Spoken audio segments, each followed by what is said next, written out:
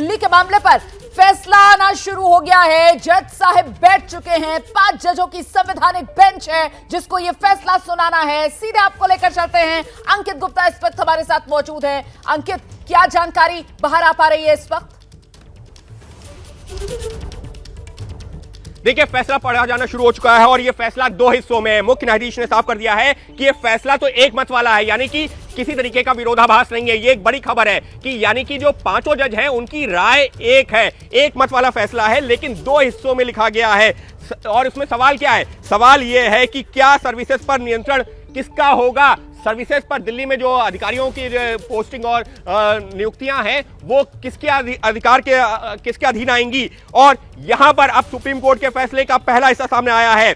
हमारे सामने सीमित मुद्दा यह है कि केंद्र और दिल्ली के एग्जीक्यूटिव पावर की समीक्षा करें, यानी कि केंद्र सरकार की कितने अधिकार हैं और दिल्ली सरकार के कितने अधिकार हैं। दिल्ली सरकार का यही कहना है ना, जो सौरभ कह रहे थे कि एक चुनी हुई सरकार है, उसको अपने अधिकारियों को चुनने की जो है यहां पर उसके पास में पावर होनी चाहिए, लेकिन वो नहीं दी जा रही है। और इसी को लेकर के गतिरोध था, इसी को लेकर के आम आदमी पार्टी लगातार ये कह रही है कि जब से केजरीवाल सरकार सत्ता में आई है, एलजी का हस्तक्षेप रहा है और अधिकारियों की अगर पोस्टिंग और आप नियुक्ति नहीं कर सकते तो फिर आप काम कैसे करेंगे? और ये चुनी हुई सरकार है, दिल्ली सरकार चुनी हुई सरकार है, बाकी यूनियन टेरिटरी से अलग है, ये दलील दी जाती है दिल्ली सरकार की तरफ से। उसी पर सुप्रीम कोर्ट ये कह रही है कि देखिए, हमने 2019 में आए जस्टिस भूषण के मत से पूरी तरह से सहमत नहीं है। ये बड़ी खबर है रोमाना, इस वक्त के लिए बड़ी खबर है। 2019 में जो फैसला आया था वो पूरा नियंत्रण केंद्र सरकार को दिया गया था। अब सुप्रीम कोर्ट के 5 जजों की बेंच ये कह रही है कि हम उससे सहमत नहीं है, यानी कि 2019 का जो फैसला जिसमें केंद्र सरकार के पक्ष में एक तरीके से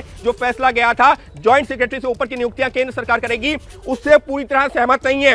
2018 में संविधान पीठ ने दिल्ली सरकार को कुछ अधिकार दिए थे, यानी कि 2018 में जो संविधान पीठ का फैसला था उसमें दिल्ली सरकार को कुछ अधिकार दिए गए थे। तो शुरुआती तौर पर यह जो फैसला आना शुरू हुआ है वो कुछ हद तक दिल्ली सरकार के पक्ष में जाता दिख रहा है। हम ये नहीं कहेंगे कि पूरी तरीके से, लेकिन कुछ हद तक, क्योंकि कोर्ट ने साफ तौर पर कहा है कि 2019 में जो जस्टिस भूषण का जो फैसला था हम उससे पूरी तरह सहमत नहीं है, जिसमें अधिकार केंद्र सरकार को दिए गए थे। जी, बड़ी खबर इस वक्त की बता दें आपको, हमारे सहयोगी अंकित गुप्ता ये जानकारी दे रहे हैं। 5 जजों की राय एक है, यूनानिमस ये फैसला है जिसको पढ़ा जाना शुरू कर दिया गया है। और अभी तक बड़ी बात ये सामने निकल कर आ रही है कि 2019 में जस्टिस भूषण ने जो फैसला सुनाया था जिसमें नियुक्तियों का अधिकारियों के ज्वाइंट सेक्रेटरी लेवल से ऊपर पूरा अधिकार केंद्र सरकार को दे दिया गया था, उस फैसले से 5 जजों ने सहमति नहीं जताई है।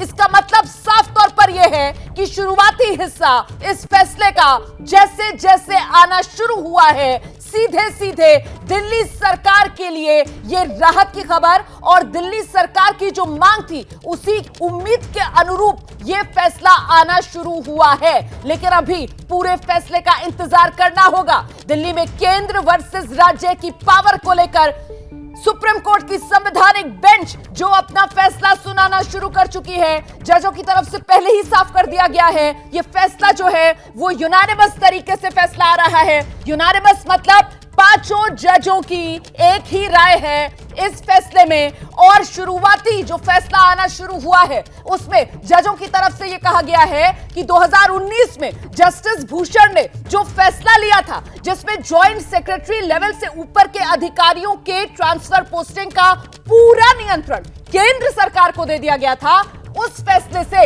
ये 5 जज सहमत नहीं हैं। जैसे ही घड़ी का काटा दोपहर 2:30 पे आए, बबीता जी का दिल सास बहू साजिश के लिए मचल जाए। और ये है इनकी बहू, पूरे दिन ऑफिस की टेंशन हो जाए गॉन जब ये करें अपना फेवरेट शो फ्री टाइम पे ऑन। इनकी तरह आप भी देखें अपना फेवरेट शो अपने टाइम पर और डाउनलोड कीजिए एबीपी लाइव ऐप अपने स्मार्ट टीवी पर।